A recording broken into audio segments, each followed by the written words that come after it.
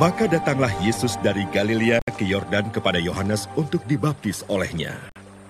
Tetapi Yohanes mencegah dia, katanya, "Akulah yang perlu dibaptis olehmu, dan engkau yang datang kepadaku." Lalu Yesus menjawab, katanya kepadanya, "Biarlah hal itu terjadi karena demikianlah sepatutnya kita menggenapkan seluruh kehendak Allah." Dan Yohanes pun menurutinya.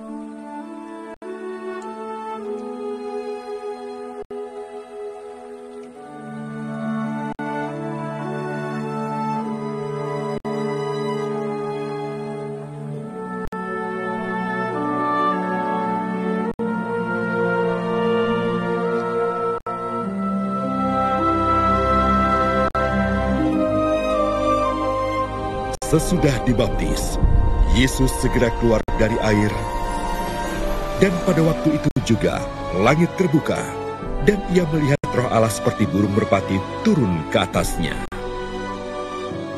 Lalu terdengarlah suara dari surga yang mengatakan, "Inilah anakku yang kukasihi, kepadanyalah aku berkenan."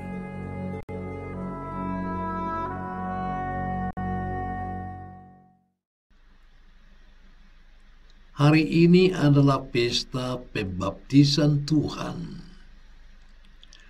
Melalui perikop Injil Matius yang kita dengar tadi, kita mengetahui bagaimana Yesus dipermandikan di Sungai Yordan oleh Yohanes Pembaptis. Dengan peristiwa itu, dia meninggalkan hidupnya yang tersembunyi sebagai anak tukang kayu di Nazaret dan memulai suatu hidup yang baru sebagai Al-Masih. Sampai saat itu Yesus dianggap sebagai seorang penduduk biasa yang tidak menarik perhatian orang di Nazaret. Memang waktu dia lahir terjadi beberapa peristiwa luar biasa. Tetapi sesudah itu, selama 30 tahun, tidak terjadi apa-apa yang membedakan Yesus dengan orang lain. Tetapi, sewaktu Yohanes Pembaptis mulai memaklumkan permandian tobat, atas dorongan Roh Allah, Yesus meninggalkan rumah dan bengkel pertukangannya, meninggalkan kampung dan sanak keluarganya, dan masuk barisan orang yang minta dipermandikan oleh Yohanes. Walaupun tidak ada dosa sedikit pun padanya, namun dia menerima permandian pertobatan sebagai tanda bahwa dia mau senasib dengan manusia berdosa. Justru pada saat itulah disaksikan oleh orang banyak Allah memperkenalkan Yesus. "Engkaulah putraku yang kukasihi, kepadamulah aku berkenan."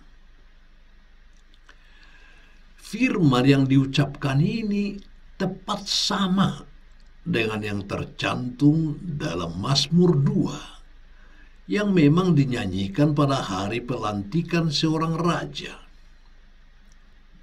Melalui sabda ini, Yesus diperkenalkan dan dilantik sebagai penyelamat yang akan menarik segala orang kepadanya.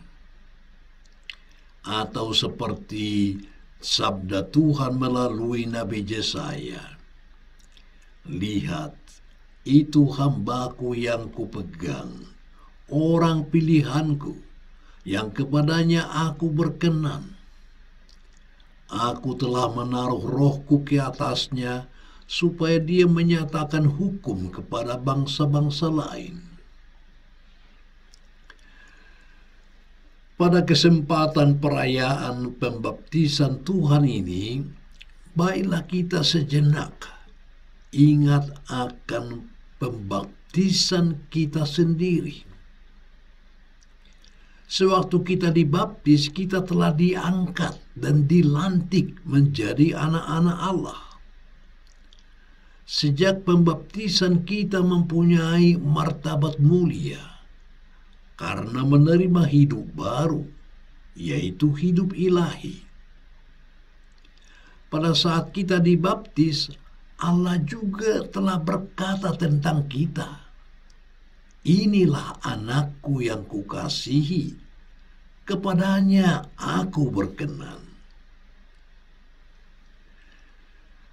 Dengan baptisan itu kita telah dilantik menjadi partner Allah untuk ikut serta menyelamatkan dunia ini.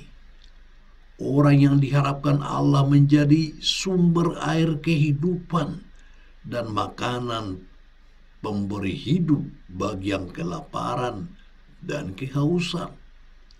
Menjadi orang yang menawarkan pengampunan dan belas kasihan Allah. Itulah arti pelantikan kita sebagai anak Allah. Syukur kepada Allah bahwa panggilan Kristiani ini ternyata dijawab dengan begitu antusias oleh begitu banyak orang selama berabad-abad. Sebegitu banyak orang tua telah menjawab panggilan itu dengan menghantar anak-anaknya pada pengenalan akan Tuhan. Sebegitu banyak para guru agama telah menjawab penugasan itu dengan menunjukkan Allah pada orang-orang yang mencarinya. Sebegitu banyak pula para dokter dan perawat telah memberikan kehidupan pada orang-orang sakit. Panggilan Kristiani ini bahkan ingin digeluti sebagian orang dengan cara yang lebih serius lagi, yakni dengan bersedia menapaki panggilan hidup yang menugaskan mereka untuk menjadi pewarta Injil. Melalui hidup mereka, Allah menginginkan agar orang mencari Tuhan selagi dia dapat ditemukan. Melalui hidup mereka, Allah menghendaki bahwa orang berseru kepadanya selama dia dekat. Melalui penugasan mereka sebagai pewarta kabar gembira, Allah mengharapkan bahwa buluh yang patah terkulai tidak akan dipatahkan, dan sumbu yang pudar nyalanya tidak akan dipadamkan. Ya, orang tua mana yang tidak bangga melihat anaknya bila berkenan kepadanya? Kita bisa menyaksikan itu dalam diri banyak orang tua yang hadir dalam acara wisuda anaknya yang dilantik menjadi sarjana. Kita bisa menyaksikan kebanggaan itu dalam diri para orang tua yang menghantar anaknya ke depan altar dan dilantik menjadi suami istri.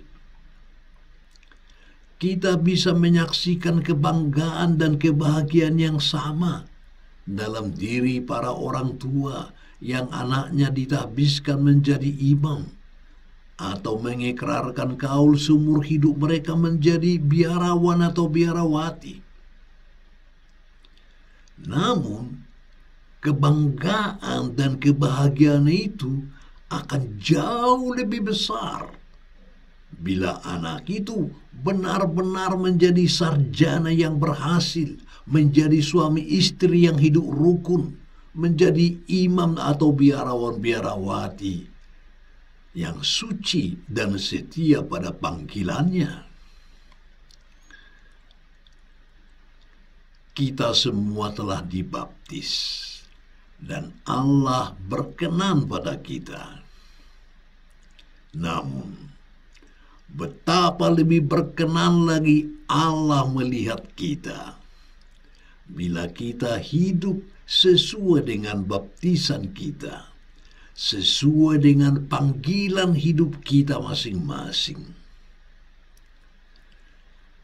Setiap kali kita mempromosikan karya-karya Allah Dan setiap kali kita mau menjadi bukti kerelaan yang dijanjikan Allah, maka pada saat itu juga Allah akan kembali berkata, "Inilah anakku yang terkasih, kepadanya aku berkenan."